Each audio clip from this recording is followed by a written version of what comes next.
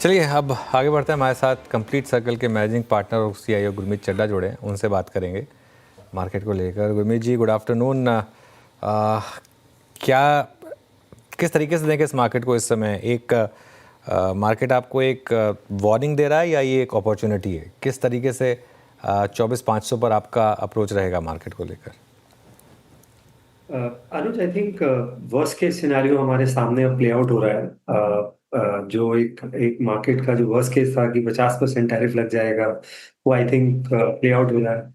FIS की बिकवाली बनी हुई है और ये कुछ मतलब बिकवाली हर महीने ही है। जुलाई में भी हमने देखा 40-50 हज़ार करोड़ की सेलिंग थी। मुझे लगता है अगस्त में भी लगभग उतना ही रहेगी और तेज हुई है थोड़ी सी जब से ये टैरिफ इन इफेक्ट आए।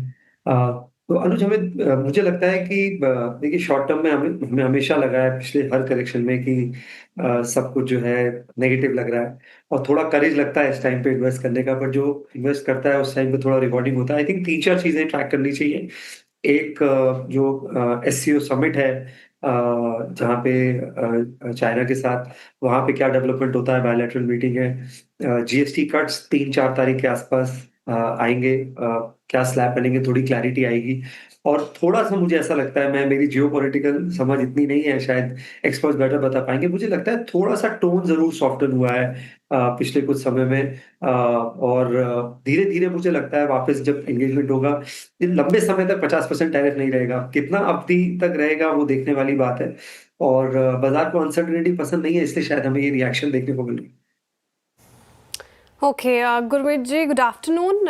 वैसे मार्केट का मूड मॉल तो काफ़ी ख़राब है और आपने बता भी दिए कि कौन कौन से इवेंट्स पे नज़र रहेंगे, लेकिन थोड़ी बहुत हिम्मत बढ़ाने वाली बात अगर आप कह दें, क्योंकि जो अभी थोड़ी देर में शो भी करूँगी पंचनामा, मैक्सिमम आप देखें इन्वेस्टर्स और रिटेलर्स अब यही कहेंगे कि पोर्टफोलियो तो काफ़ी पेन में है। कैसे करें फिर? तो मुझे लगता है कि जहां अर्निंग ग्रोथ अच्छा है, जैसे फॉर एग्जांपल कुछ स्टॉक्स जो कोलैटरल डैमेज होता है, मार्केट जब गिरता है, जैसे बैंक्स हैं, अभी एचडीएफसी बैंक और आईसीआईसीआई बैंक भी गिर रहा है, तो उसका टैरिफ पे इम्पैक्ट काफी कम है। एक्सपोजर वाइज मिनिमल है। तो और हमें इंटरेस्ट रेट्स आगे और कम होंगे। फेड ने भी इंडिकेट किया है, गवर्नमेंट कंजम्पशन पुश कर रहा है, फेस्टिव सीजन है तो क्रेडिट ग्रोथ बेटर आएगी। तो मुझे लगता है बैंक्स एक एक सेफ जगह है जहां पे आप इंक्रीमेंटल कैश डिप्लॉय कर सकते हैं। कंजम्पशन, रूरल कंजम्पशन में हमने देखा है कि मॉनसून अच्छा रहा है, चाहे वो फार्म इक्विपमेंट हो, जैसे एमएनएम है, नंबर 2 प्लेयर हो गया है Hyundai के बाद। अब ट्रैक्टर सेल्स भी अच्छी है, फोर व्हीलर सेल्स में भी अच्छा कर रहा है, फार्म इक्विपमेंट भी अच्छा है। वहां पे थोड़ा अगर वीकनेस है तो देखा जा सकता है। और जो ब्रॉडर कंजम्पशन प्ले है, जैसे सीमेंट है, वहां पे हमें काफी हाई प्रोबेबिलिटी है 28 से 18% होने की। टू व्हीलर स्पेस में हमने देखा कि वैल्यूएशन कंफर्ट भी है और मॉनसून और एग्रीकल्चर का भी बेनिफिट मिलेगा और जीएसटी का भी बेनिफिट मिलेगा। तो जहां पे आपको अर्निंग विजिबिलिटी दिख रही है और लग रहा है कि ये कोलैटरल डैमेज में गिर रहा है, आई थिंक वहां पे अभी कर सकते हैं। और जब थोड़ी क्लैरिटी आती है तब आप ब्रॉडर मार्केट्स में निवेश कर सकते हैं। ओके, इस बीच गुरमीत जी से बात करते करते निफ्टी ने वो लेवल थोड़ा ना हो, लेकिन 53,800 यानी मोर और लेस जो है निफ्टी बैंक ट्रेजेक्ट्री में आ चुका है 200 डे की। आई मीन हार्डली 180 पॉइंट का डिफरेंस रह गया था इस बातचीत इस गुफ्तगू के दौरान।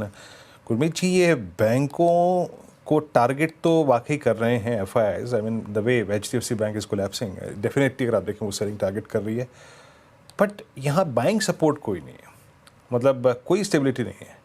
बैंकों पे आपका टेक क्या है इस वक्त? तो वीरू, मुझे लगता है कि क्योंकि बैंक्स हाई बीटा सेक्टर होता है, तो बाजार जब गिरता है तो रिएक्शन देखने को मिलता है।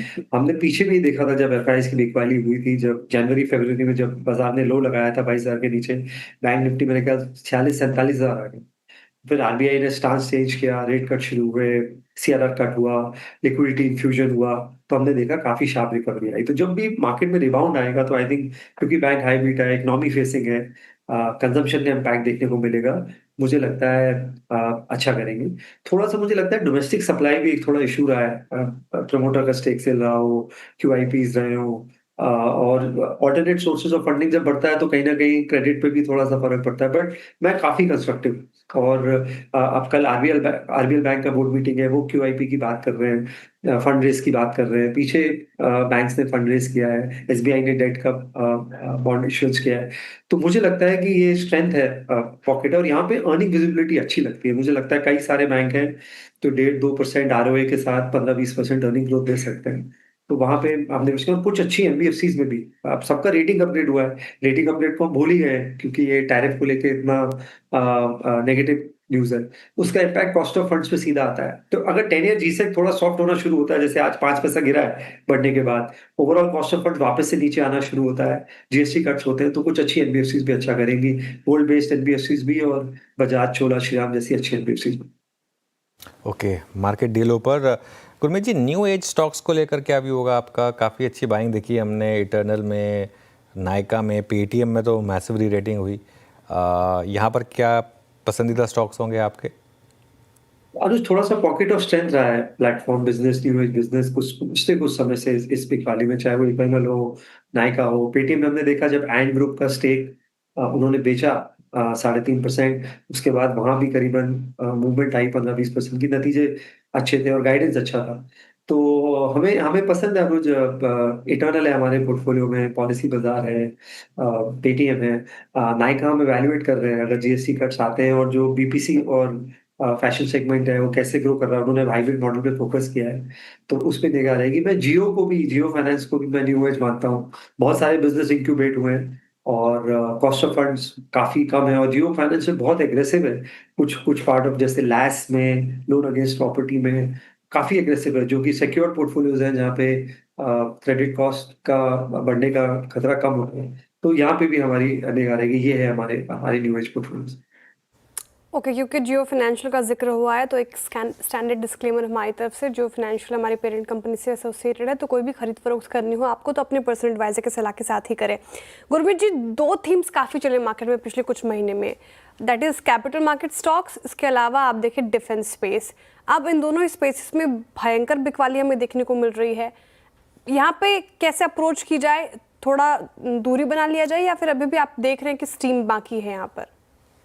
ये 100% बहुत स्ट्रक्चरल स्टोरी है, और हर डे पे एक अपॉर्चुनिटी है। वैल्यूएशन जरूर थोड़े स्ट्रेच हो गए थे। सारे कैपिटल मार्केट प्ले आपको 80-90-100 के पी पे थे, चाहे वो बीएससी हो, सीडीएसएल हो। तो हमें एएमसीज अच्छा लग रही है, वेल्थ मैनेजमेंट स्पेस अच्छा लग रहा है। एचडीएफसी और निपॉन हमारे यूनिवर्स में है।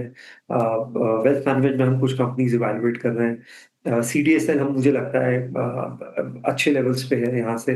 तो ओवरऑल आप देखिए अभी 11 करोड़ यूनिक इन्वेस्टर्स हैं, ये बढ़ने वाले हैं। थोड़ा स्टॉक मार्केट सेंटिमेंट खराब होता है तो कैपिटल मार्केट प्ले गिरता भी है, और जब इंप्रूव होगा सेंटिमेंट तो ऑब्वियसली आपको शार्प बाउंस भी देगा।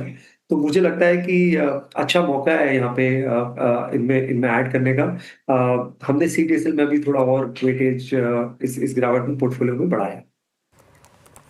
अच्छा गुरमीत जी, एक दो स्टॉक्स जो वाइट गुड सेगमेंट पे थे, उन्होंने अच्छी लीडरशिप ली पिछले, अगर आप 3 महीने को देखें, फॉर इंस्टेंस आप ब्लू स्टार को देखिए। और मैं अभी भी कहूँगा, अगर आप कंपेयर करें फरवरी के निफ्टी के लेवल, मार्केट के लेवल वर्सेस वोल्टास के अभी के प्राइस, तो इन्होंने आउट परफॉर्म किया है अप टू सर्टेन एक्सटेंट। आपका वाइट गुड सेगमेंट पे टिक क्या है इस वक्त? वीरू जी, इसमें टैक्टिकल बाउंस आ सकता है बीएससी कट को लेके, बट वैल्यूएशंस बहुत रीजनेबल नहीं है, चाहे वो ब्लू स्टार हो या कोई भी आप वाइट गुड्स अप्लायंस मेकर देखेंगे। हमें फूड सेगमेंट ज्यादा अच्छा लगता है, और किचन अप्लायंसेस सेगमेंट ज्यादा अच्छा लगता है, क्योंकि ये हाउस होल्ड आइटम्स, क्योंकि रूरल इकोनॉमी अच्छा कर रहा है तो वहां पे इम्पैक्ट देखने को ज्यादा मिल सकता है। तो चाहे वो स्टोव क्राफ्ट हो, हमारे पास पॉलीकैब है जो केबल वायर, तो टेक्निकली वो कंजम्पशन प्ले भी है, इंफ्रा प्ले भी है, ईपीसी प्ले भी है, एनर्जी प्ले भी है। पोर्टफोलियो में तो स्टॉक ने अच्छा किया, आज भी स्ट्रेंथ है स्टॉक में इतनी इतनी गिरावट के बाद। और हम थोड़ा सा फूड सेगमेंट को, जहां पे जीएसटी का स्लैब कम होने का चांस है, जैसे आप पोर्टफोलियोज अगर देखेंगे तो प्रोसेस फूड में कम होने का चांस है, बिस्किट्स में कम होने का चांस है, बेवरेजेस में जो नॉन कार्बोनेटेड ड्रिंक्स है वहां पे कम होने का चांस है, उसमें डाटा कंज्यूमर है। तो हम उस सेगमेंट को थोड़ा ज्यादा इवैल्यूएट कर रहे हैं, क्योंकि उसका इम्पैक्ट इमीडिएट आएगा कंजम्पशन का, प्लस फेस्टिव सीजन है आगे।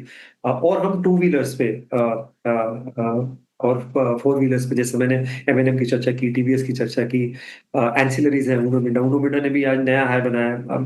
उतनी मार्केट में स्ट्रेंथ है इस वीक मार्केट में, तो यहाँ पे फोकस कर रहे हैं उस बास्केट में। ओके, अब गुरमीत जी, ज्वेलरी स्पेसेस में भी आज थोड़ी बहुत स्ट्रेंथ है। आप देखिए कल्याण ज्वेलर्स या टाइटन, ब्लू स्टोन हालांकि अभी न्यूली लिस्टेड है, वो थोड़ा वीक है, लेकिन ज्वेलरी स्पेस को कैसे देख रहे हैं आप? और जिस तरीके से ट्रेंड थोड़ा बदल रहा है, ट्रेडिशनल ज्वेलरी से उठकर अब ग्राहक थोड़े कंटेम्प्रेरी मॉडर्न ज्वेलरीज की तरफ जा रहे हैं, तो यहाँ पर क्या अप्रोच रहेगी? वैल्यूएशन कंफर्ट कम है, बट जैसे टाइटन है, होता क्या है जब गोल्ड का प्राइस बहुत बढ़ जाता है तो नॉर्मल जो स्टडीड है और ऑर्नामेंटल ज्वेलरी है उसका मिक्स कम हो जाता है, कॉइन्स और बार्स का बढ़ जाता है, उसका मार्जिन पे थोड़ा सा इम्पैक्ट आता है। तो हम गोल्ड बेस्ड एनबीएफसीज को लेके ज्यादा कंस्ट्रक्टिव है, क्योंकि वो कौसाई प्ले है कंजम्पशन पे भी, और क्योंकि गोल्ड बेस्ड लेंडिंग है तो जैसे मैंने बोला क्रेडिट कॉस्ट बढ़ने के, एलिवेशन होने के चांसेस कम होते हैं, तो हम वहां पे ज्यादा कंस्ट्रक्टिव है ज्वेलरी मेकर्स के जगह। गुरमीत जी बहुत बहुत शुक्रिया, आप इस कार्यक्रम में शामिल हुए, सभी स्टॉक्स को इंडेक्सेस पर आया रखे आपने। भगवान भी आपको भी उतनी शक्ति जितनी हमें देनी चाहिए और सभी इन्वेस्टर्स को दे, इसलिए कह रहा हूँ कि मार्केट डे ऊपर है 24